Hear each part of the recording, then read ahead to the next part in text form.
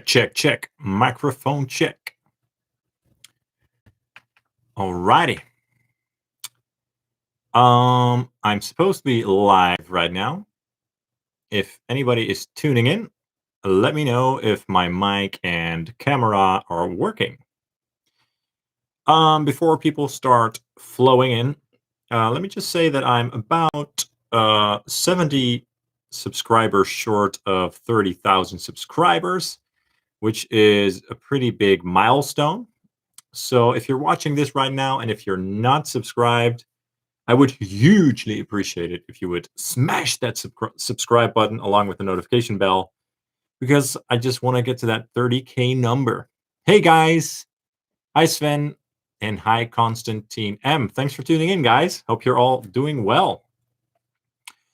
So yeah, like I was just saying, I'm almost at 30,000 subscribers, and if you're watching this right now, it would be so awesome if you could smash that subscribe button if you haven't already. That would mean a lot to me. It's exciting. It's exciting. So if you're watching this right now, feel free to drop any questions or comments. And until then, I'm just going to talk a little bit about this very cool guitar that I'm holding here right now. When I do these live streams, what I usually like to do is start out by just grabbing one of my guitars and talking a little bit about the guitar. And this is one of my very favorite guitars. Oh, don't need to break my mic. So this is my LTD, my ESP LTD NW-44. It's a Neil Westfall model, and he is the guitarist for, man, I forgot their name. A very cool band, actually. I wasn't familiar with their band, and I looked his band up. Oh, man, I forgot the name. Anyway, it's a great band, and I especially enjoyed some of their recent singles. I'm just going to look it up because I really enjoyed their music. Let's see. A Day to Remember, of course. A Day to Remember. Yeah. Anyway, so this is his signature model, and it's basically an Eclipse, an ESP LTD Eclipse, but it has some special quirks. The first is very obvious. It only has one pickup, and that is something that I've been really into. I have about 4 guitars, 4 single pickup guitars, and I really like the simplicity of that concept. Just one pickup, one control. It's just a riff monster, basically. And since I'm mainly a rhythm guitar player, this just suits me very well. And this pickup in here is a bare knuckle. It's the only guitar that I own or have ever owned with a bare knuckle pickup in it. And this is the Aftermath pickup. And it's really good sounding, especially in this guitar. It's very thick and ballsy, but at the same time, very clear and articulate, but sort of in a scooped way. So it's not like a Seymour Duncan, very pokey in the mids. It has a nice amount of clarity without getting harsh. So it sounds very thick, but also clear. It's really a nice sounding pickup. Let me know in the comments if you've ever tried one of these. So yeah, I'm a huge fan of the bare knuckle pickups after trying this one. I'm super excited about trying more of them in the future. Anyway, what's also special about this guitar is the scale length. And by the way, hi guys, thanks for the comments already, and thanks for tuning in. Let's have some fun, chat, and let me try and answer some of your questions, and just ask me anything, because this will be the last live stream for about a month, because I'm going on a holiday, and I won't be back for live streams until the beginning of September.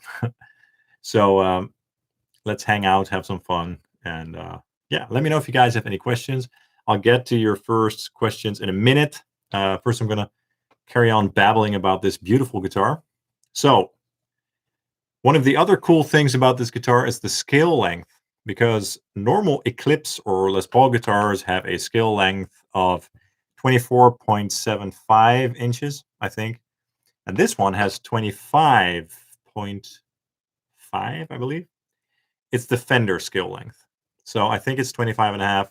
I'm not entirely sure, but it's a bit longer than your average Eclipse, which works really well for low tunings. and it plays really nicely. I mean, I really love the feel of these ESP and LTD Eclipses. Very smooth, you know, the frets are rounded off very nicely. The wood is also very great. So it's a very resonant guitar as well.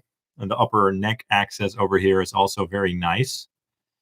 And yeah, so it's a very elegant and simple beast. And it does have a maple top, which really helps for the tone. I really love it when single cut guitars have a maple cap. It's a quite normal thing, but not all the ESP LTD models have that, but this one does. And you can really tell by the clarity and, you know, by the overall sound, how pronounced the mids are and stuff like that. So it's a great sounding guitar. It plays really well. It looks classy and cool. And yeah, it's one of my favorite guitars at this time. So there you go. My NW-44 ESP LTD. I highly recommend trying one of these out if you ever get the chance. People ask me about this guitar all the time, and they're always surprised, like, what's that model? Like, they haven't heard of it. And before I got this one in a trade, I also really hadn't heard of it all that much. So yeah, great guitar. Let me know if you have any questions about this guitar, and I'd be happy to answer them. So I'm just gonna put this guitar down for now and start looking at your comments. And also, as I said at the beginning of the live stream, if you're watching this right now and if you haven't subscribed just yet, please do so, because I'm getting near the 30,000 subscriber mark, which will be a great milestone for me. So I'd hugely appreciate it if you guys would drop a subscribe along with the notification bell. Stay up to date. I have so much cool stuff coming. Oh, some nice green tea. All right. So let's get started over here. And again, thanks for tuning in, guys. And if you have any questions for me or whatever comment you'd like to drop, let me know. I'm here. I'm here for you. So Constantine M, congrats, man, but you deserve more subs. Thank you. Work that you put into your channel is huge. Thanks, man. I really appreciate it. Yeah, I take this thing seriously. I put a lot of time and effort in it.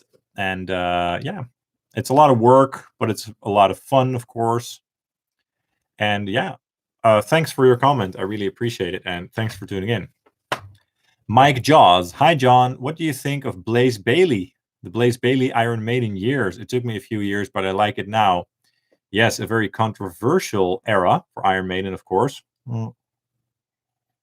I mean, I'm not a huge fan of the other singers than Bruce. Bruce is the singer for Iron Maiden, in my opinion.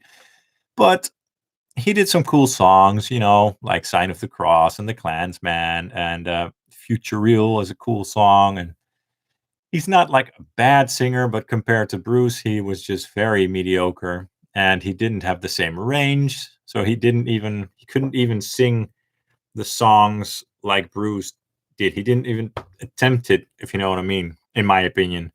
Just wasn't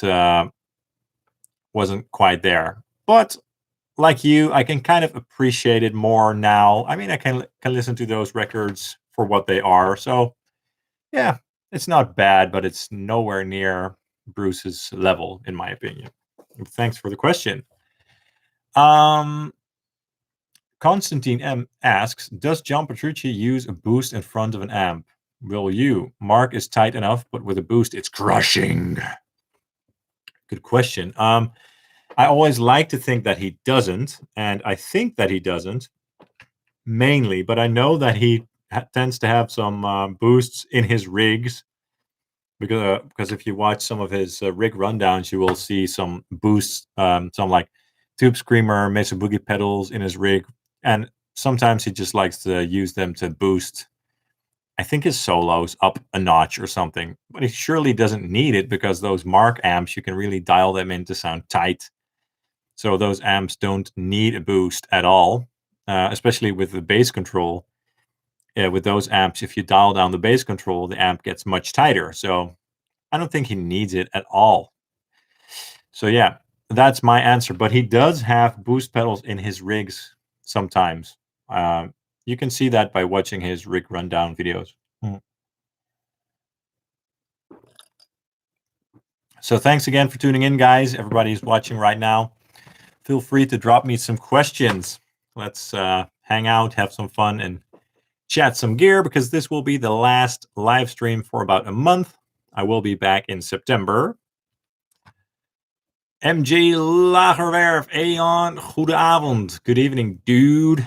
What's up? Let me know what you're doing. What's on your mind? Yeah, A Day to Remember. Yeah.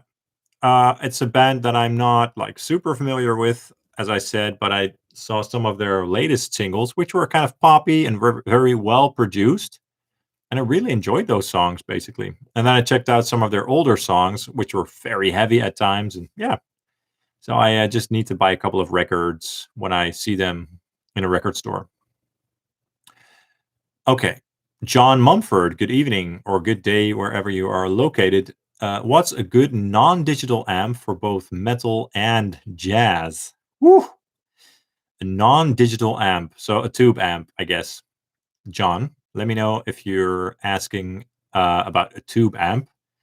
Can it be a solid state amp as well? Metal and jazz. Well, I'm far from a jazz connoisseur. What does jazz require from a guitar amp? Does it need to be very clean? Does it need to be kind of warm and dark? Or does it need to have coarse?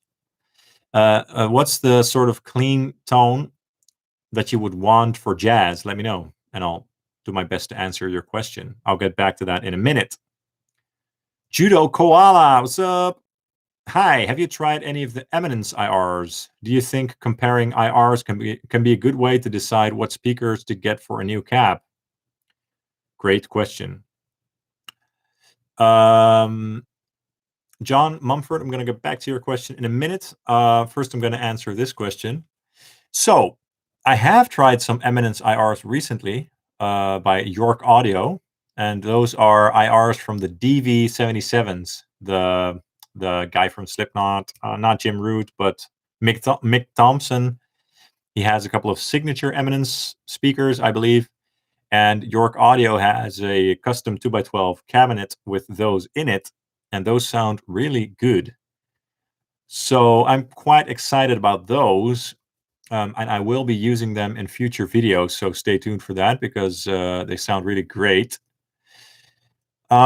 And the second part of your question is quite important as well. Do you think comparing IRs can be a good way to decide what speakers? Well, of course, because in my opinion, IRs do a great job at emulating or copying the sound of a cabinet. They can be very accurate if it's done correctly. So get yourself some proper IRs and compare them. Of course, yes. I mean, by trying all these different IRs from different speaker types, I have learned a lot about the sound of speakers. So yeah, it's a great way to get to know how a speaker sounds. Of course, yeah. Just keep in mind that a mic'd up speaker in a recording setting will always sound different than a cabinet in a room. That's just physics that you can't get around. I'll get back in on that subject later if you guys want, because I can talk about that for hours. I'm gonna get back to John Mumford's question about the jazz and metal amps. So he says clean and no breakup, I should say. Okay, so there are a couple of amps in my collection that have great metal tones and clean tones without any breakup. The first amp that came to my mind was an engl, because the clean tones on the engl amps are very nice. Like for instance, the clean tones on my engl Fireball 100 are very sparkly and just great tones, but they are easily overdriven and compressed, which I like. I mean, they clip very fast, and you can turn the gain up quite loud and then get some nice grit out of that channel as well. So they don't have the hugest amount of clean headroom. But I have a couple of other amps in my collection as well that have a lot of headroom. The orange Rockerverb 50 Mark III is a good example of a clean channel with a lot of headroom, a very clean channel. The EVH 5153, let me see if I can get that in the shot. The EVH 5153 has a very clean channel. In fact, for me, it's a little bit too clean. And the metal tones out of this amp are phenomenal. So the EVH amps should be great for that as well. So very clean tones. And also the Invective 120 has a very clean channel with a lot of headroom. And it's one of the most versatile amps ever. So I would also recommend this one. So in short, of course, there are more answers than this one, but either the EVH 5153 or the peavey Invective 120, or if you want a thicker, more rocky sound, less tight and more geared towards rock instead of metal, check out the Rock Reverb by Orange. Or a more affordable option would be the TH30 by Orange. But you say metal, so I'm inclined to say EVH because the clean tones are very, very clean. And for a clean tone with a little bit more flexibility and a bit more breakup, which probably is what you don't want, is an Engl Fireball 100. That's a great option. Let me know if this answer helps you. Great question, by the way. Thanks for dropping that in the chat. And guys, thanks for tuning in. Let me know if you guys have any questions for me, because I'm just hanging here for the last time in about a month because I'm going on my holiday. Yeah, just want to hang out, have fun, talk gear, talk music, talk whatever you guys want. So let me know if you got any questions. And just to echo what I said earlier, I'm very near 30,000 subscribers right now. So if you're watching this and you haven't subscribed yet, please drop a subscribe to my channel along with the notification bell, because that would really help me out. I would really appreciate it. And thanks a lot for your support, everybody. I really appreciate it. Okay, so I'm just going to continue answering some questions here and just keep dropping the questions because I've got a lot of time. Okay, so John says solid state is cool as well. Well, this week I was also playing on my Hughes & Kettner Black Spirit 200, which is a solid state amplifier with a very tubey tone. And that's also a very nice amp. It's very lightweight as well. It's a very interesting amp. It's solid state, but it can sound very, very tube-like. So that's definitely an interesting amp. Yeah, I'm going to do a video on that one again soon as well. Let's see. Jack Rex, what's the most open sounding modern metal amp that you've tried? Open. Jack, please let me know in the comments what you mean by open, because there are various definitions of open sounding. Maybe you mean dynamic, maybe you mean bright. So let me know which one you are talking about, and I'd be happy to try and answer your question. Jack Rex, let me know. Most open sounding modern metal amp. Yeah. I need a little bit more details to properly answer that question. Okay. Let's carry on. Gizmo2578 says Fender Blues amps are great for jazz. I see. So I'm far from a jazz expert, so trust Gizmo. And the Roland Jazz Chorus. Well, that's a great clean amp, of course. Jack. Brighter, less compressed, less focused. Think something with a lot of note bloom. Brighter, less compressed. Well, less compressed, less focused. The thing is, if I think less compressed, I think more focus, if that makes sense. So yeah, and people tend to have different views of what the word compressed means with an amplifier. So that's also less focused. What do you mean with less focused? Something with a lot of note bloom.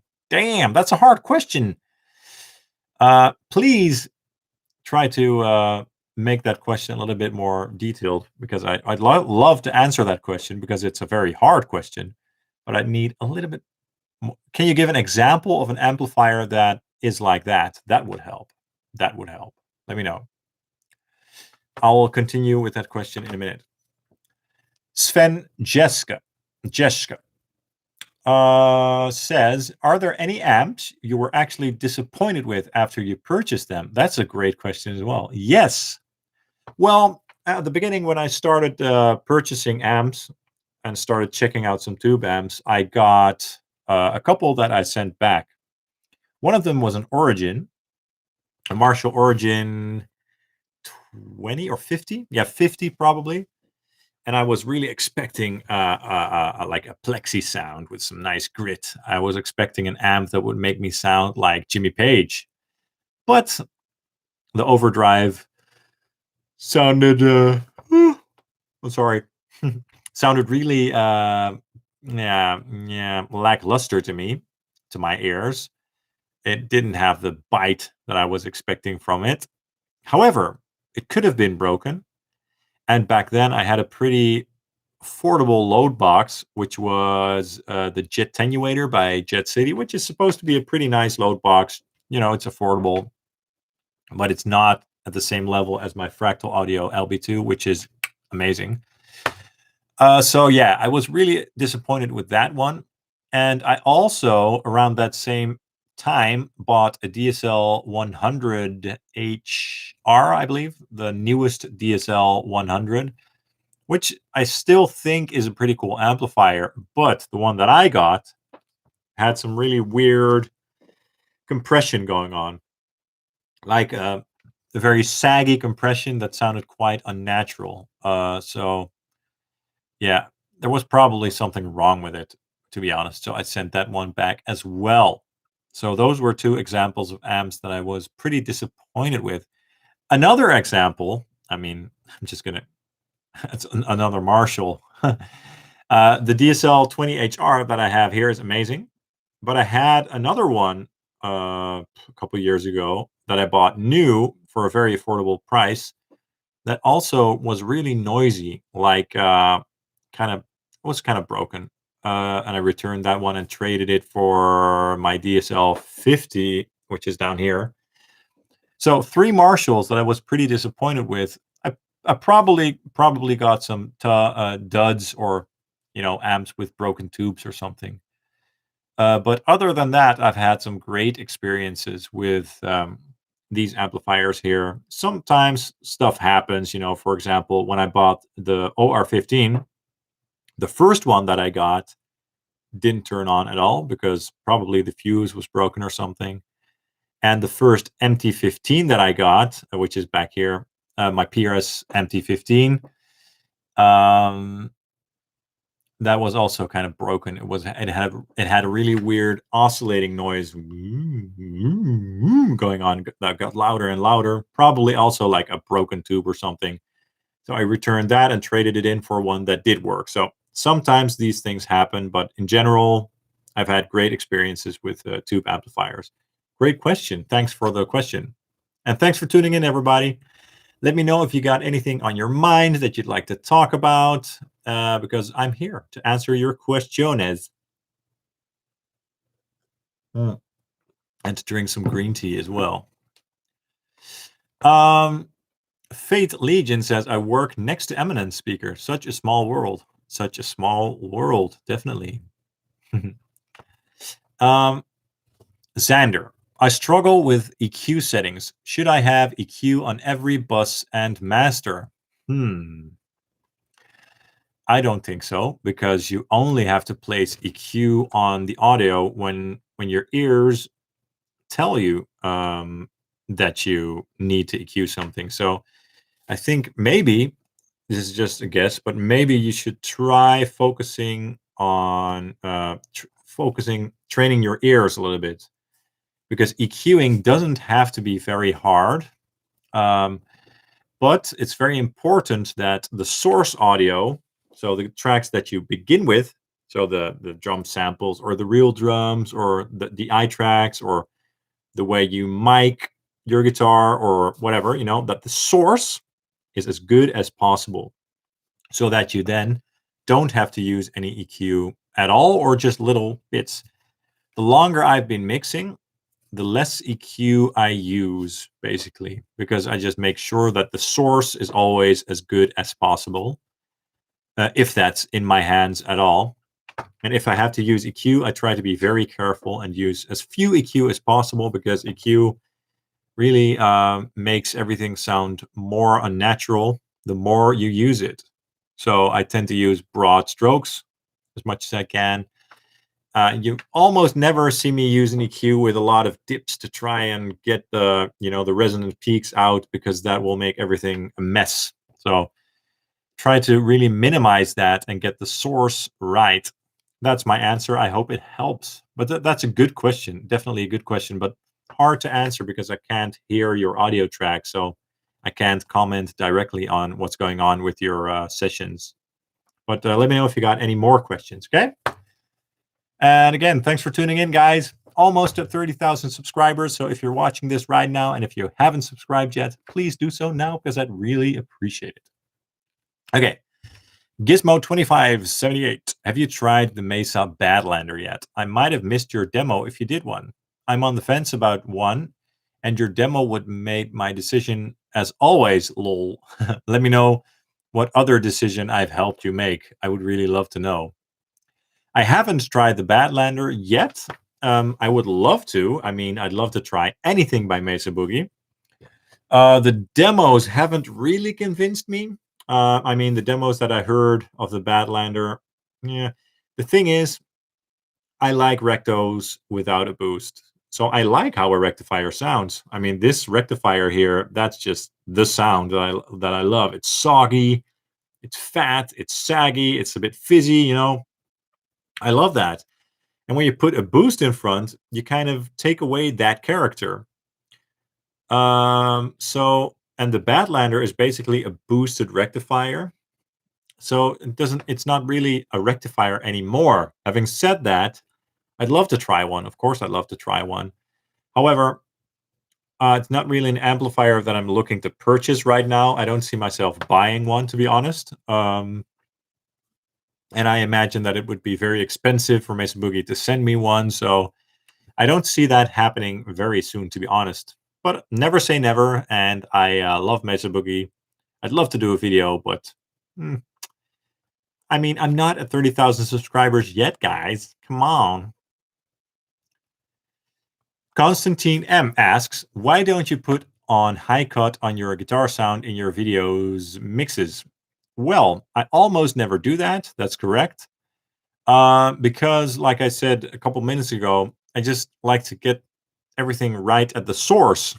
So if I feel like my guitar sound is a bit too fizzy in the high end or something, I just grab a different IR or dial back the presence a little bit. I like it when my guitars have some nice air, if that makes sense. That's basically the main reason. And like I said earlier, I like to avoid EQ on guitars as much as I can at all costs. So usually what I do is just a low cut to remove some low end rumble to make room for the bass guitar or the kick drum. And that's basically it. High cuts I try to avoid, but sometimes for leads, if you've got like two, very bright rhythm guitars going on, and then a lead in the middle that's also very bright, in those cases, what I'll do is sometimes put a high cut on there just to make it a little bit more compact to fit in between those big rhythm guitars. But for rhythm guitars, I basically never put a high cut on there. And if I feel that it's too bright, just dial down the presence a little bit, or the treble, or change the IR. Zero, I don't know how to pronounce your name. Oh, snap. John, what's up? Catching this live. Hey, man. Or girl. I imagine that there are no females in this chat right now. If I am wrong, let me know. Because all genders are welcome, of course. But hey, man, what's up? Let me know if you got a question for me. Judo Koala. Thanks. I want to get a 212 with an Eminence Governor. I can't decide if the second speaker will be a DV77 or Swamp Thing. Okay, I haven't tried the Swamp Thing. I can't comment on that. The DV77 seem to be great. But the governors are quite dark and very sort of 500 hertz focused with a really rolled off top end. If you like dark sounding cabinets, could be cool. Could be cool. MJ Lagerwerf or Lagerwerf, however you want to pronounce that. Are you still affiliated with Ownhammer? If so, well, I am not anymore because it's time for new adventures. I've been using Ownhammer for such a long time, and it's a company that I have a lot of love and respect for. I love Ownhammer. I love Kevin. Kevin is a dear friend. And I wish Ownhammer all the best because they are a great IR company, an amazing IR company. But I'm not affiliated with them anymore. So I'm not going to ask Kevin about anything. So I would recommend just emailing Ownhammer and asking them. Because you ask if could you ask Kevin to make some more non-Celestian IRs, Eminence, Jensen? Yeah, I would just send him an email. Kevin is a great guy. All right, let's continue. And guys, let me know if you've got any questions for me. This will be the last live stream for about a month. I'll be back in September. So if you've got any questions for me, just drop them here right now, and I'd be more than happy to answer them. Okay, back to Jack Rex about his amplifier. Brighter, less compressed, less focused. So that was a hard question. I have an example. A Carvin Legacy 3 of the opposite. I had that amp and it was so boxed in and dark. An open amp with more clarity, more definition, brighter. Aha, there you go. And he also says, I understand the description I give is a bit esoteric, a bit hard to explain, and a bit hard to know what I'm talking about, and it means different things to different people. And he also says, I have a Mark V 90 watt, and it's what I consider more compressed and darker. Let's open. I've also heard that VHD and Freette amps are more open sounding. Okay. I think that I tend to prefer amps that are quite compressed. I think a rectifier to me is kind of compressed. I mean, EVH amps are tight and have a lot of definition, but one might say that those are also compressed. Engl amps are tight and also kind of dry and industrial sounding, but they have a lot of definition and cut and bite. So maybe look into Engl amps. Maybe look into Engl amps, yeah, because those definitely have a lot of clarity. They definitely sound open. They sound tight and aggressive. So that's basically what I would recommend. Yeah. I hope that helps. I hope that helps. Because your question was hard, man. It was a hard question. Maybe we'll get back to that subject in a little bit, by the way. Let me know. Okay, so Zero, I really liked your Mark V 35 video. You mean the Metallica one? Would there be a massive difference between the 35 and 90, do you think? Purely in terms of drive sound. The 35 sounded crazy good. Well, great question. I haven't tried the 90 watt version myself. People ask me about this sometimes, about the difference between EL84 power tubes and 6L6s or EL34s.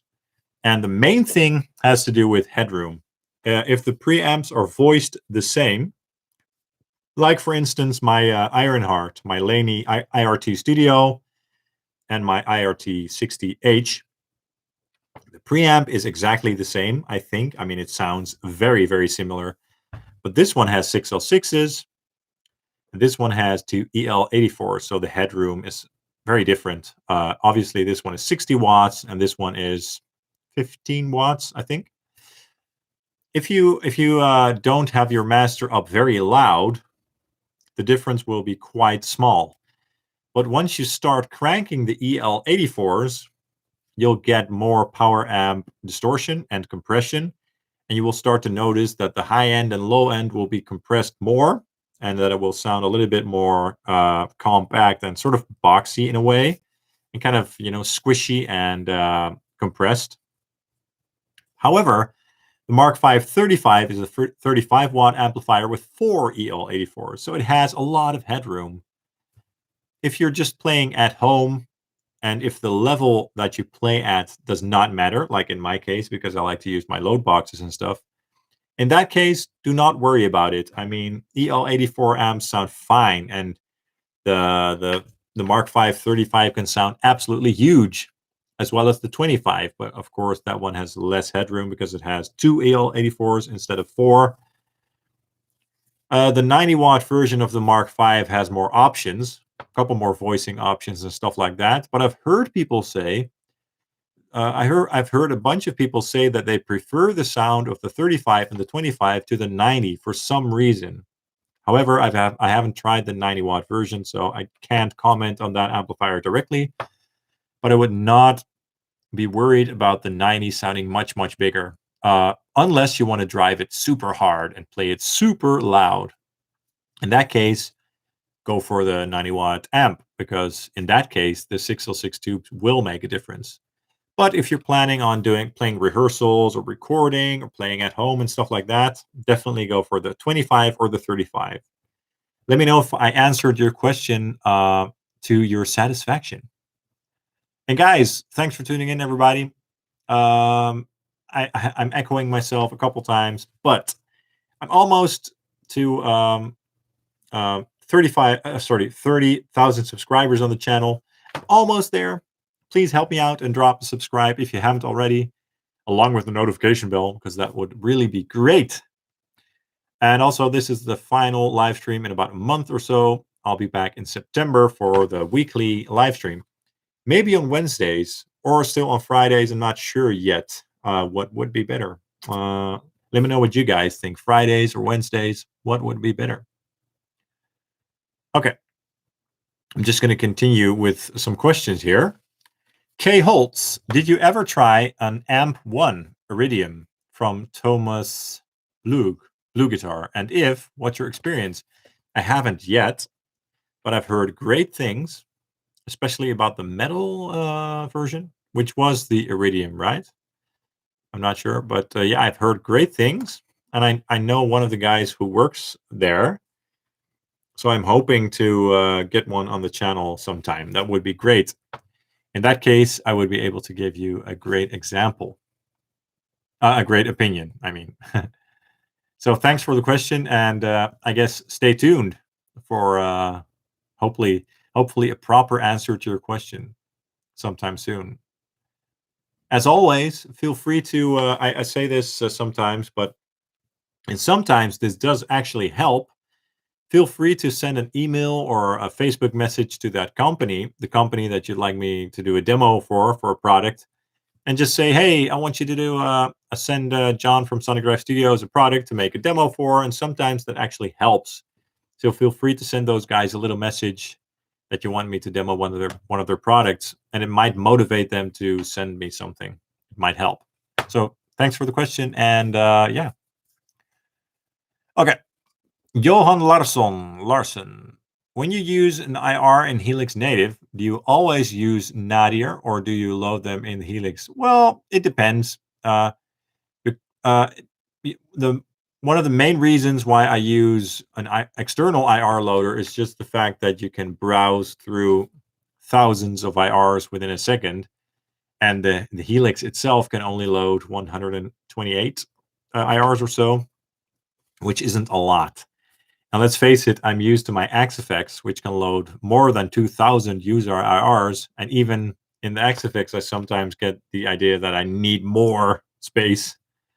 So yeah, that's why I sometimes just load a plugin, an external IR loader for easy browsing and stuff like that. But loading IRs in native sounds fine. It's a little bit short for an IR, but it's okay. It's definitely not bad.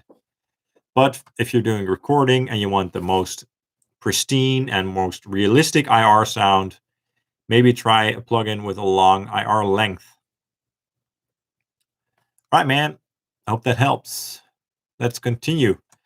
Shorty K, yep. Just a quick note to say, because of your shootout of the 4 studio amps, I purchased the SC20 in Stealth Black. Cool.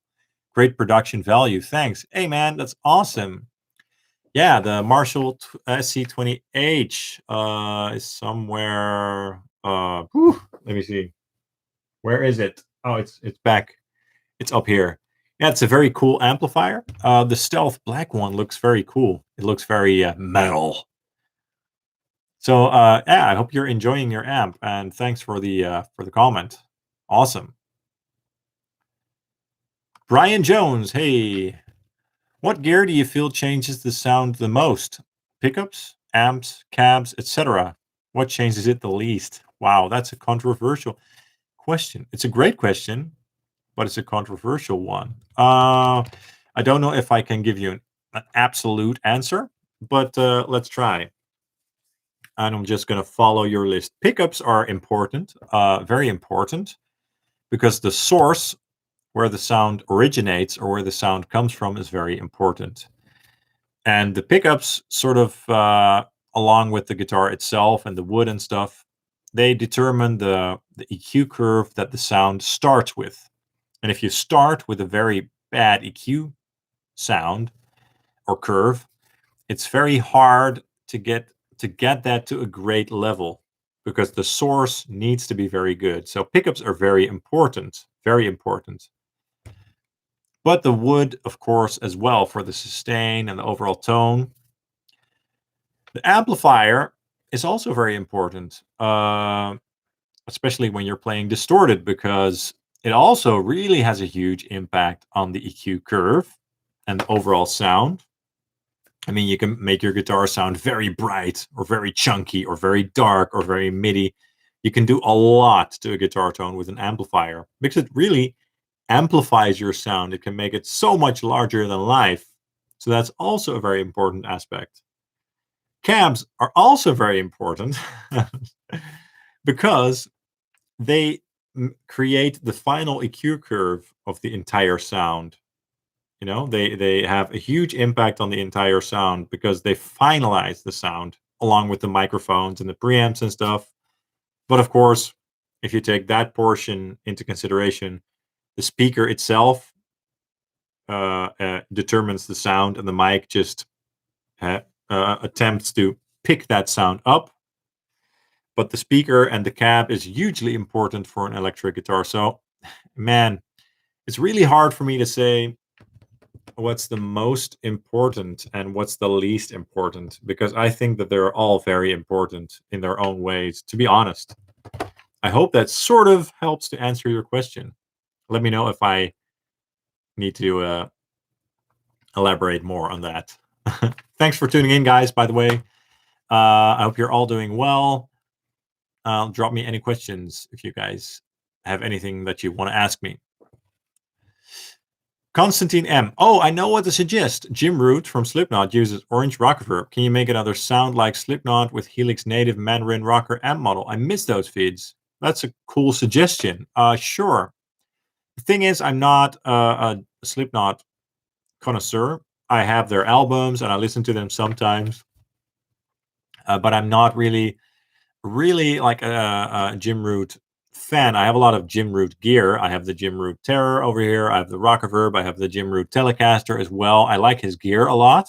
And spoiler alert, I have a video coming out next week, probably, that is basically a comparison between the Jim Root Terror and the Rockerverb with my Jim Root Telecaster, but it's in drop C sharp, I believe. So it's not in drop B. And the riffs aren't really Slipknotty. They're just my own style. So maybe you'll enjoy that video. But I will keep your request in mind for sure.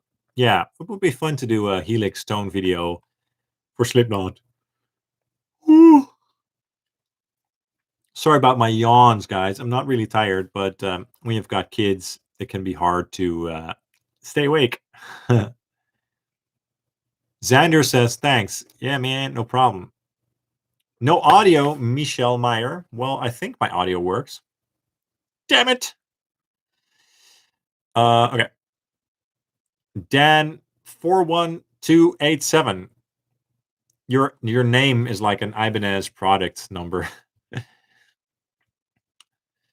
Joe Yon, I have Onhammer impulses and they sound good, but I don't think they sound like real cabs. Is the reason for this because they've been mixed ready for production? Well, I think usually when people ask this question is that they don't realize that a cabinet in a room sounds very different than when you mic up a cabinet and listen, and when you're listening to that mic'd up cabinet through monitors. Because when you're using an IR, you're not hearing an actual cabinet inside a room, you know, with the sound going through the room and you hear the cabinet rumbling in the room. And when you mic that up in another room, like in a studio, and you hear that sound through the monitors, it gets filtered through the microphone, the preamps, or through the speakers, and the room is less important because the cabinet is much louder usually in the room than in your studio space where you're monitoring your sound, and that's always going to sound different than a real cabinet in a real room. So that's something to consider. I think that you mean that because the Onhammer impulse responses do a great job of, you know, capturing the sound of a mic'd up guitar cabinet. I hope that helps. Ryan 13, I'm here. What did I miss? Well, you can always rewind. But welcome, Ryan. Gizmo says, thanks for answering my question. You helped me decide on the Marshall DSL20, PRS MT15, and PV6505 Plus. That's great. I haven't ever tried a 6505 Plus, but I imagine that they sound equally as good as the 6505. Okay, I'm going to continue. And guys, keep dropping some questions. I'm going to be here for a little while, and then I won't be back for a live stream until September. So if you have anything that you want to ask me, do it now. Do it now. Okay, let's see. Fates Legion says, I bought an EVH 5153 6L6 112 combo. Should I get the same tone as the amp head? I think I may have a bad tube, but everyone, if they sound the same. I think the preamp or the actual amplifier should sound the same, but of course the speaker has a huge impact on your tone. If you have a load box or something or a different cabinet, what you can try to do is plug the amplifier into another cabinet to see if it sounds better that way. If you think you've got a bad tube, probably the best thing to do is bring it to an amp tech to see if anything is wrong. I hope that helps. It's hard to judge from here. If I could play your amplifier, I would be able to get a better idea if something's wrong or not. But I'm not really an expert in broken tubes and stuff like that. So maybe when in doubt, bring it to an amp tech, because of course a combo should sound just as good as a head. Usually those amps are quite similar to the heads. So yeah, I hope that helps. Jack Rex says, awesome, perfect. I will definitely look there next. I hope that helps. Yeah, thanks, man. Marcus Unger. Have you ever played Egnator amps much? I have a Tourmaster, and to me, it's very versatile.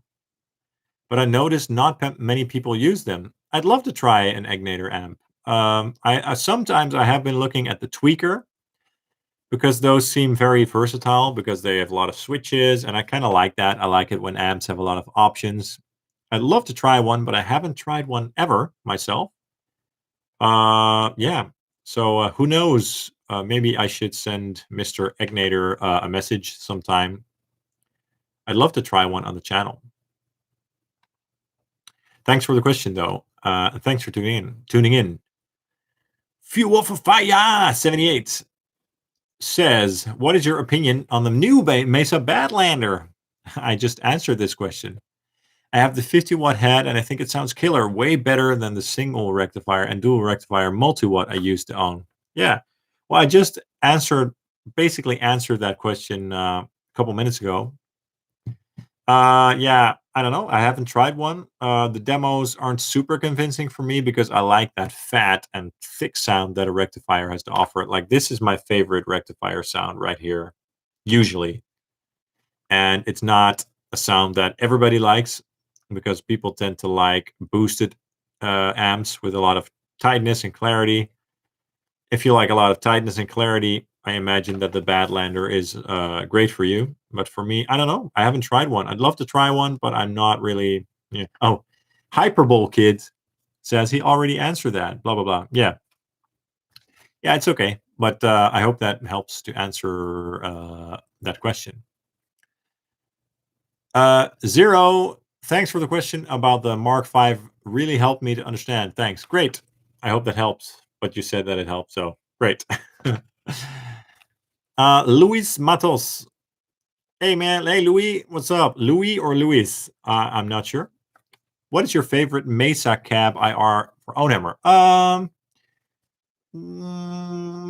There are basically two, three. One of them is the Trad from the Revolution series. That's a more traditional sounding cabinet, of course. That's great for rock and also for metal. It's kind of warm sounding and kind of compact. Then you've got the 412 Rect with the V70 speaker, the V70B speaker option. It's great for that oversized recto cabinet sound.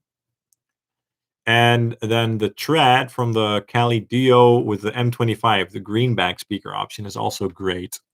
Those are my favorites, basically.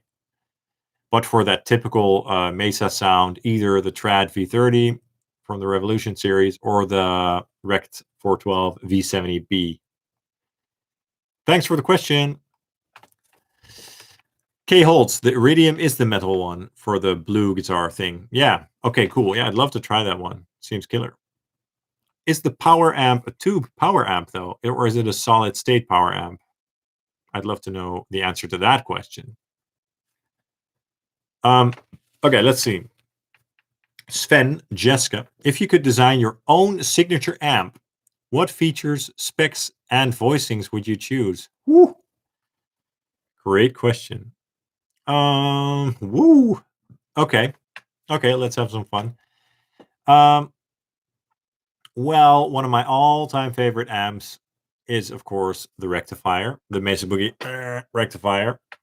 So I'd have to have one of those sounds in there. I would like a clean sound with the option to get some nice sparkly breakup out of it, like the Fireball 100. And I would like a crunch sound like a Marshall JCM 800 versus the Friedman JJ Jr., which is down here, but with a nice range of gain. So not only low gain, but the option to go from low gain to high gain. So, a Marshally channel with a lot of range and a more tight high gain channel like either the EVH or engl Fireball sound. So that's 4 channels. And then I would also need a couple of switches, like the crunch channel would need a bright switch and like a saturation switch. And there would have to be some sort of boost option in there, kind of like an Invective. But the Invective is really like 5150-ish all across the board, kind of. But I would need something with a rectifier sound in it as well. Yeah, maybe like a 5th channel with an orange sound as well. Oh, you're making this hard. Put all these amplifiers in one amplifier and you've got to win. I hope that helps, Sven. Thanks for the question. Jesus Neophoria or Jesus Neophoria. Neophoria. Do you like the neural DSP plugins? I've only tried 1 or 2. I've tried the Meshuggah one, or the Nameless, I should say, which was kind of cool. And I also tried the Natas plugin, which was also kind of cool for metal. But I haven't tried any of the other ones. But I know that a lot of people like them. Judah Koala. So your signature amp is a Kemper? No. It is not. Anyway, back to the Jesus. Do you like your neural DSP? Well, I would like to try them more. But I'm not really looking to purchase them anytime soon. Maybe when I have more subscribers, hint, hint, they would send me a couple of licenses to try for videos, and then I would give you a better opinion. Cool. I hope that helps.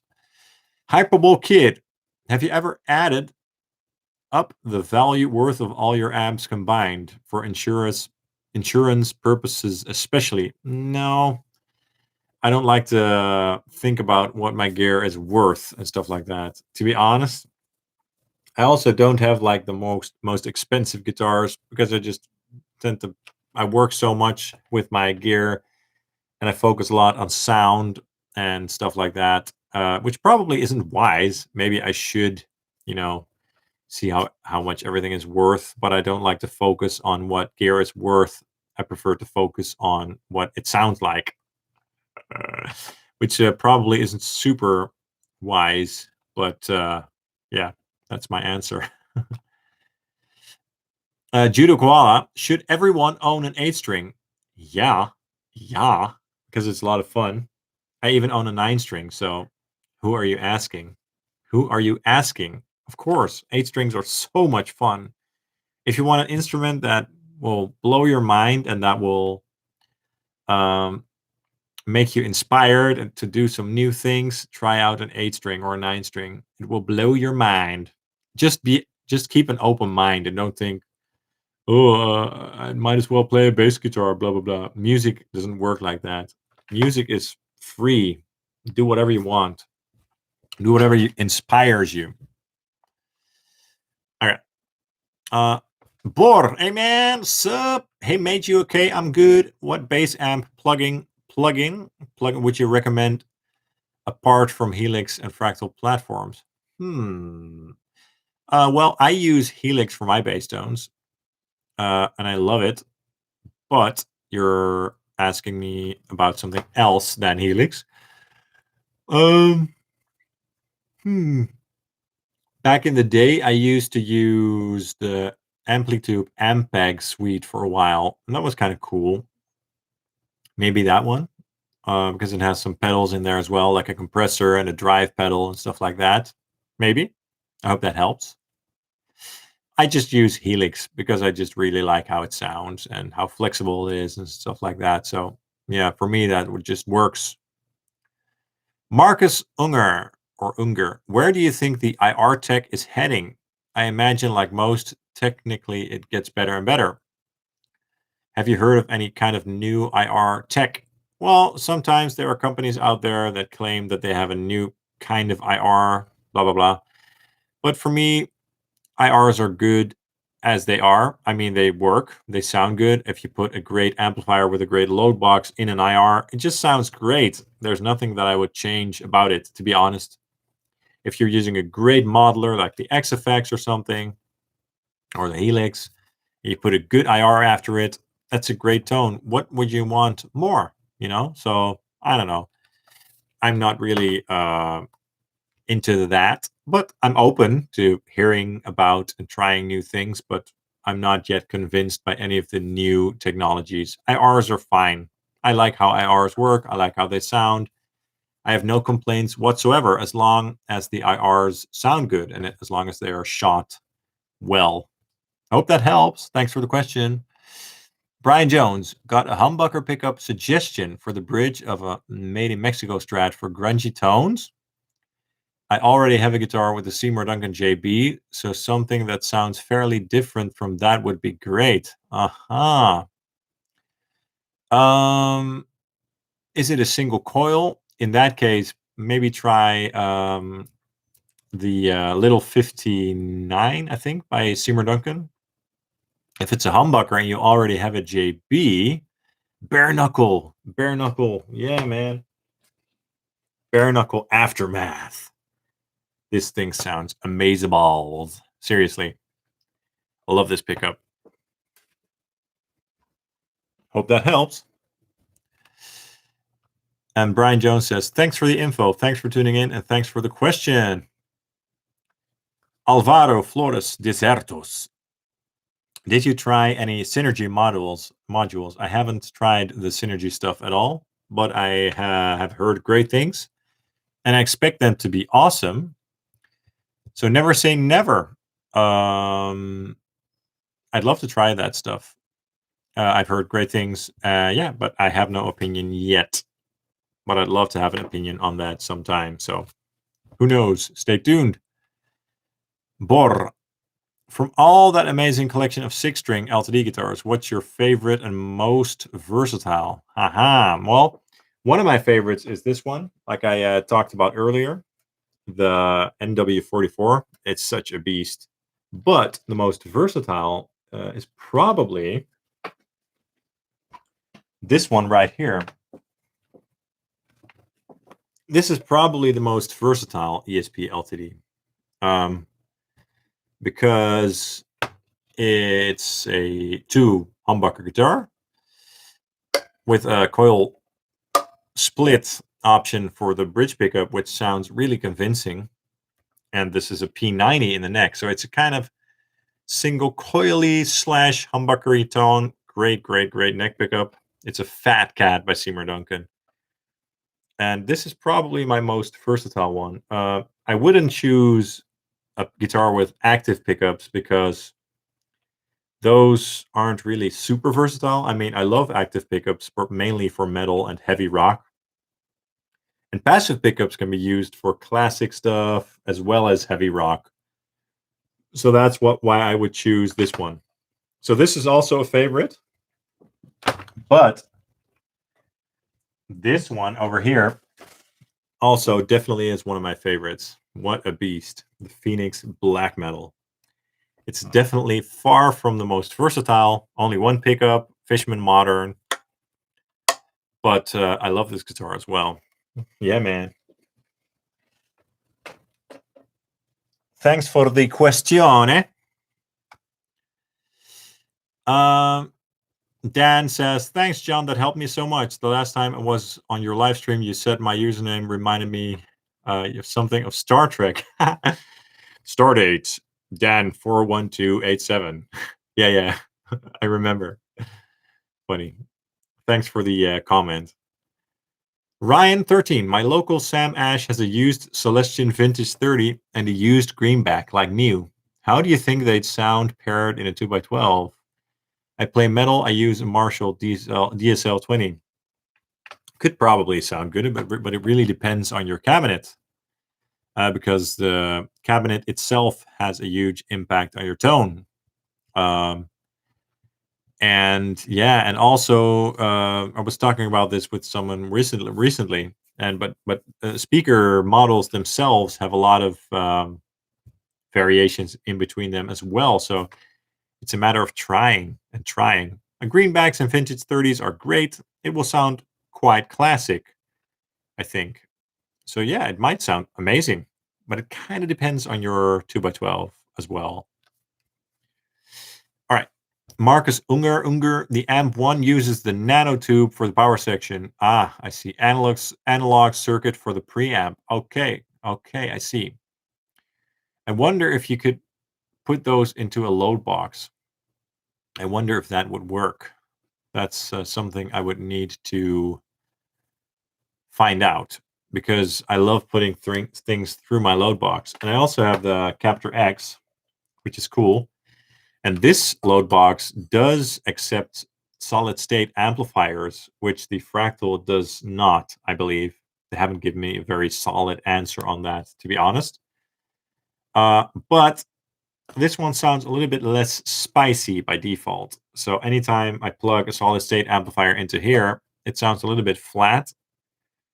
So yeah, I need to figure that thing out. If I'm going to try one of those blue amps, how I'm going to plug it into my load devices. Okay, a couple more questions, and then I'm going to just gracefully bow out. So if you've got any more pressing questions, ask them right now, because I'm going to tune out soon. I'm going to hang out for a couple minutes and answer some remaining questions. Marco Perez. Hi, John. Hi, everybody. Would you keep the Wong's 2204 or the Marshall if you only could keep one of them? Yeah, I would choose the Wong's. because it's a very solid amplifier. It's 50 watts, so it has more juice, more power, and it sounds amazing. And I did a comparison video on these two actually a couple weeks ago, or maybe like a couple months ago. And I think that this one sounds a little bit better. It has a little bit more clarity, a little bit more headroom. This is a great sounding amplifier, but it's just a little bit too compressed and squashed sometimes. So I would definitely go for the Wongs because it's a great amplifier. And it's so solid. I mean, it's built very well. It's hand wired and stuff. And when the delivery guy came to deliver the amplifier, the UPS guy, it was in a box that was taped up, so the entire box was covered in tape, and he just sort of dropped it on the floor. I was like, ugh. So I was like, uh-oh, I hope it's not broken. And then it turned out to be just fine. So it's a very solid amplifier. I would definitely go for the Wongs. Definitely. Anton Doornekamp, or as the English would say, Anton Doornekamp. Hello, do you think the Orange Rockerverb 50 Mark III does the authentic low moderate gain vintage blues rock thing well enough? Great question. It can do that, although I haven't done that so much myself. But for those types of tones, I would highly, highly, highly, highly recommend the Dual Terror. Man, the Dual Terror by Orange is one of my favorite Orange amplifiers. I mean, you can use it for metal and stuff and all that heavy stuff, but it's just a great amplifier for anything from clean-ish to rock and everything in between. It's a great amplifier for bluesy stuff. It has a very rich harmonic tone. It's better at that sort of thing than the Rockerverb, in my opinion. Not that the Rockerverb can't do that, but it's a little bit more modern voiced. And the Dual Terror is it's such a nice amplifier. And that's one of the Oranges that I always keep recommending to people, because it's it's an amazing amp for like bluesy rock tones and stuff. If the Rockerverb can do that well enough, I don't know. I'd have to try that again, because I usually use it either for cleans or for heavy stuff. I hope that helps. Thanks for answering. Thanks, man. And check out the Dual Terror. Really, it's such an awesome amplifier. Richie likes to play. Do you have any plan to test a quad cortex? I had a little plan a couple months ago, but then the waiting list was so long that I just thought, beep it, and I got off the waiting list. And since then, I was like, whatever, you know. So for now, I'm not really planning on it, and it's not really an affordable unit, and I'm not really planning on purchasing an expensive modeler right now. I mean, if Neural DSP would send me one, I would be more than happy to make a bunch of videos, but I don't think that they're interested in that at all. So I don't have any plans, unfortunately. Hyperbole Kid says, I can get a 1993 Mesa Boogie Rev F, wow, for $3,000 US. Would you buy it for that much? Whoa, that's a lot of money. If it's your dream amplifier, I mean, maybe, but $3,000 is a lot of money for an amplifier. If I had that kind of money for a tube amp, I would just buy a multi-watt dual rectifier, to be honest, because those also sound great. Or an old 3-channel one like I have.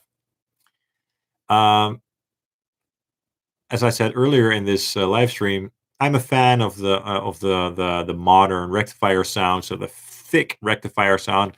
I mean, the Rev Evs are supposed to be amazing, but $3,000 is a lot of money, so I wouldn't pay that amount. Otherwise, I would probably have one already. But if that's your dream amp and if that's the one you want, think about it. It's a very personal decision, but $3,000 is a lot of money. I don't know. Tough one. Very expensive. Marcus says, thanks for the reply. I bounce between the aux, Captor X, and Nadir for the blue guitar thing, right? Yeah, cool.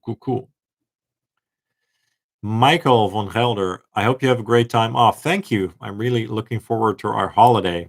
Oh man, I haven't been abroad in 2 years because of the whole shit show. So I can't wait to go on a nice holiday. To France, le sud de la France. Ouais. Anton Dornekamp, if you could pick one real amp for its clean sound, what would it be? If you could pick one real amp for a drive sound, what would it be? Oh man. Oh man. There are a couple of amps that have great clean tones. I usually prefer a clean tone with a little bit of grit, or at least the option for a little bit of grit. So the clean tone on the Fireball 100 is great. It's a very bright and sparkly clean tone. Love it. The clean tone on the TH30H, the orange over here, is also very, very nice. I guess I'd say those two, but there are a bunch of clean tones that I really like. I mean, the clean tone on the Laney Ironheart 60 is also very nice. But yeah, the first two that I mentioned would be for my clean tone picks. For a drive sound, what would it be? Dude, too hard to answer. I mean, I love the rectifier, but sometimes I need something a bit more rocky, then an orange is good. Sometimes I need something a bit more modern, the Invictive or an EVH or an Engl. So, impossible to answer. And that's why I have all these amplifiers so that I do not have to answer your question. Ha! I love all sorts of tones, so it's really hard for me to answer that portion of your question. I'm sorry. Okay, guys, I'm going to hang out for a couple more minutes. If you have any questions, drop them right now. Otherwise, we'll meet in September and hang out then. But if you have any questions that you want me to answer right now, drop a question because I'm going to leave in a couple minutes. So Marcus says, I did put it in my aux and capture. Okay, good to know. And Anton, thanks for answering, man. Great channel. Thank you. Great content. Thanks. I will. Thank you. Okay. Guys, by the way, I'm almost at 30,000 subscribers. I need about 70 or so. So if you're watching this right now and if you haven't subscribed yet, please drop me a subscribe. I would hugely appreciate that. And thanks for hanging out and for the questions. I always really enjoy these live streams. Thanks, guys. Okay, a couple more questions. Luis, what's your favorite Axe FX 3 amp for metal?